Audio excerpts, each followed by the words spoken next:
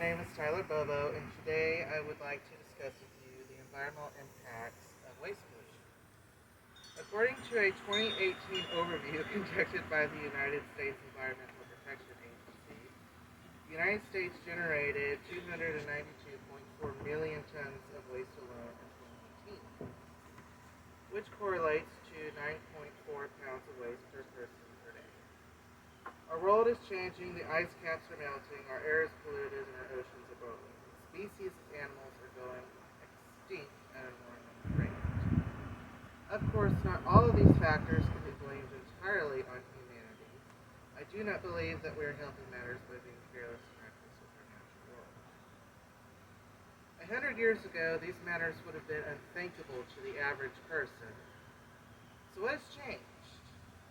For starters, the estimated world population in 1920 was just over 2 billion people, with 106 million of those lived in the United States. Today, our world population is over 8 billion.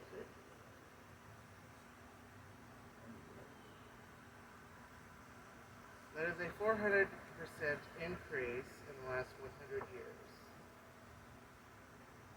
The climate crisis is the biggest issue affecting the world today. Of course, a large part of it is due to a natural cycle that the Earth goes through. The other half can be generated and related to human-generated pollution.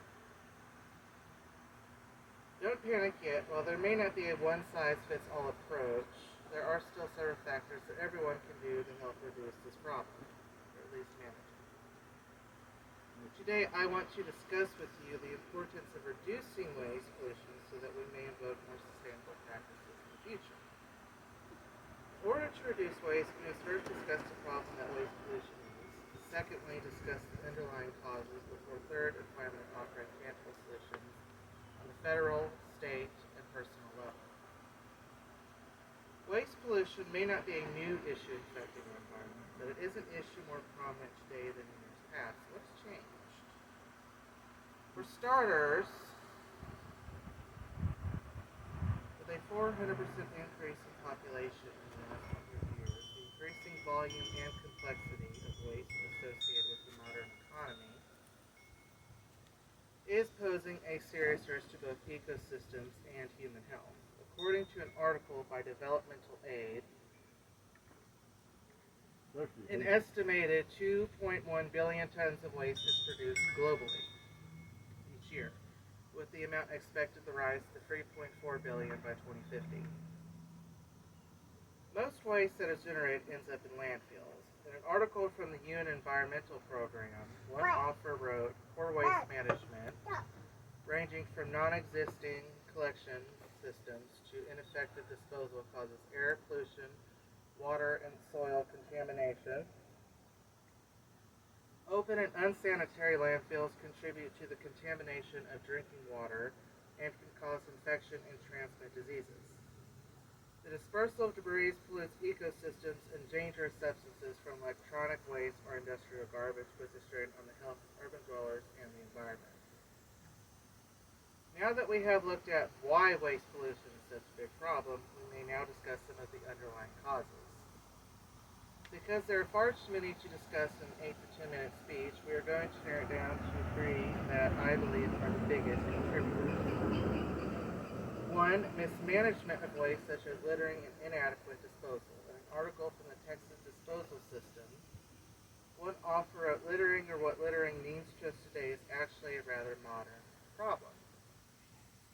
It wasn't until roughly the 1950s that manufacturers began producing higher amounts of litter-generating products and packaging made of materials like plastic. You couldn't toss a styrofoam cup, for example, out the window because they simply didn't exist at the time. Still, the incidences of littering grew swiftly in the short few decades. Increases in littering and illegal dumping contribute to air pollution, land pollution, and ocean pollution. For example, approximately 8 million tons of plastic end up in our oceans each year. 2. Lack of regulations on waste management for large corporations. Today, corporate giants like Amazon, Coca-Cola Co., and Nestle rule the world's markets. A 2021 report from Oceana estimated that the retail giant Amazon generated 709 million pounds of plastic waste globally in 2021 alone. Despite this atrocious number, there are no state or federal regulations regarding the sustainability practices of major corporations. 3, lack of awareness and community involvement. To put it plainly, people are either uninformed or don't care about the problem. I get it. None of us want to come home from a long day at school or work or watching our kids and chasing them around all day to then break down our trash and separate at the end of the day. It sucks sometimes, but it is necessary. Now that we have discussed some of the underlying causes of waste pollution, we can now discuss some of the possible solutions. We'll be discussing 3 different types of solutions. We'll be discussing a large-scale solution, a state solution, and a personal, or if you will, an I solution. A large-scale solution to help reduce the amount of waste pollution would be to pass federal regulations on major corporations, for example, regulations on their sustainability practices. A local solution to help reduce the amount of waste pollution would be to increase state funding for the proper management and disposal of waste. A personal solution would be to invoke more sustainable practices such as recycling and upcycling materials, buying items in bulk to help reduce plastic waste, investing in more eco-friendly companies and products such as reusable water bottles as an example. To go over what we have already discussed, the importance of reducing waste pollution so that we may invoke more sustainable practices in the future,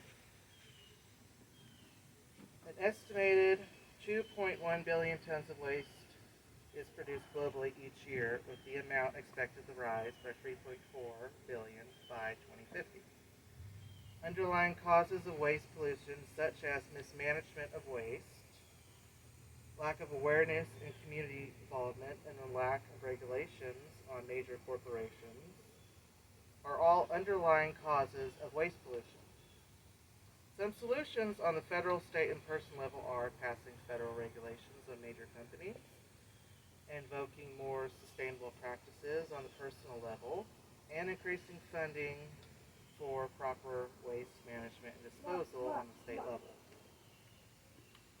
While there may not be a one-size-fits-all solution to this, there are countless ways that we can all do our part to help reduce waste pollution. Thank you all so much for coming. This concludes my speech. Are you open to questions?